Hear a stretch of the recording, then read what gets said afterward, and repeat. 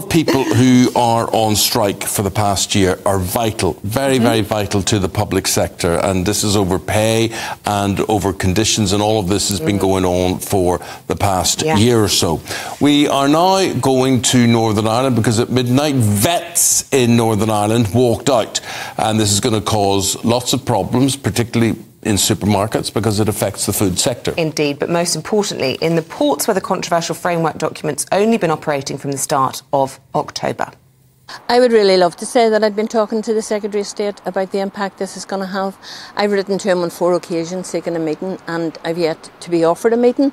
So I haven't had the opportunity to tell the Secretary of State the impact it's going to have.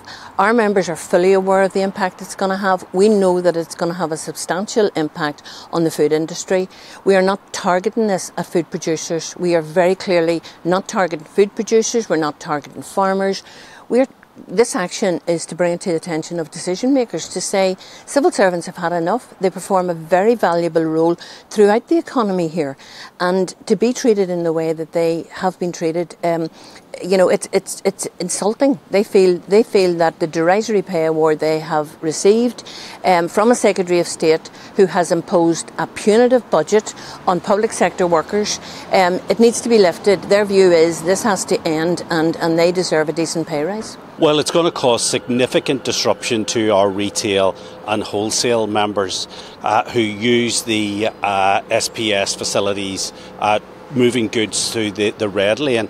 So it's going to cause significant disruption, not just to them, but to the supply chain as well. And of course, the timing of the strike is so poor as well, with Windsor Accord just bedding in, and of course, at start of Christmas. So the timing is lousy, and the only way that we can stop these strikes is to make sure that there is agreement on the pay dispute, and we would call all sides to recommence the talks and get this sorted. OK, that's the vet situation in Northern Ireland. Let's go to our man there, Dougie Beattie, this morning. Beside Dougie there's the Democratic Unionist Party MP for East Antrim, and that is Sammy Wilson. Over to you, Douglas. Well, hello Eamon, hello Isabel, and good morning to you, and welcome to Belfast Port. And of course this is causing problems because of the framework document and because we have no government in Northern Ireland. But Sammy, I mean, is it really a problem of having no government in Northern Ireland? No, it's not, because first of all, the Secretary of State could intervene as he has intervened in the past. Secondly, the vets have been asked to do extra work. There's been no extra money made available from London, and London is actually responsible for the additional work which has been required. So this is a London problem, it's not a Belfast problem, and it's one which the government has to sort out. They're responsible for the framework, they're responsible for the establishment of the border between Northern Ireland and GB, they're responsible for the checks which the vets are required to carry out, and they've got to carry the can for it. Well, it is said, though, that they are prepared to sort of do retrospective checks. Would that not help the DUP back in the government? Well, and here's the irony of it.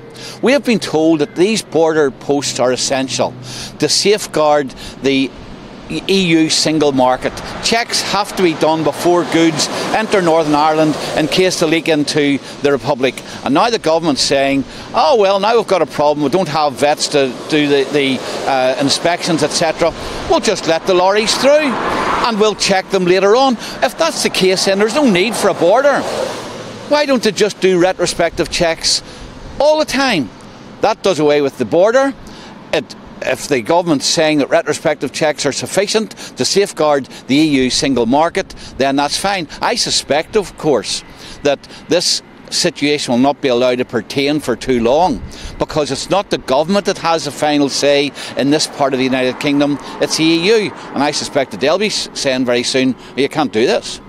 Well, Ewan, there you have it. And basically there has been a derogation put in place for poultry to still be slaughtered, but the pigs in Northern Ireland, there will be real problems with that, because as we've discussed before, the longer that pigs wait until they're slaughtered, the price of them actually drops, because there'll be too much fat on them as opposed to actual bacon, and that will cause problems for cash flows in amongst farms that are already very hard hit at this minute in time.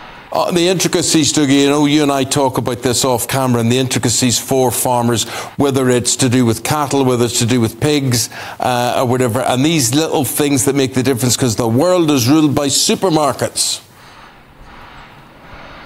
Well, it is, and these lanes, of course, here that were put in place at the start of October, people said this was the framework document working in total, and of course it wasn't. This framework that has been put in place is only for supermarkets. The green lanes only represents goods that are travelling from point to point, and that suits supermarkets. But those in the red lanes that are independent retailers and indeed farmers will face the biggest challenges. Good man. Thanks, Dougie. Got to leave it there, and thank you to Sammy as well.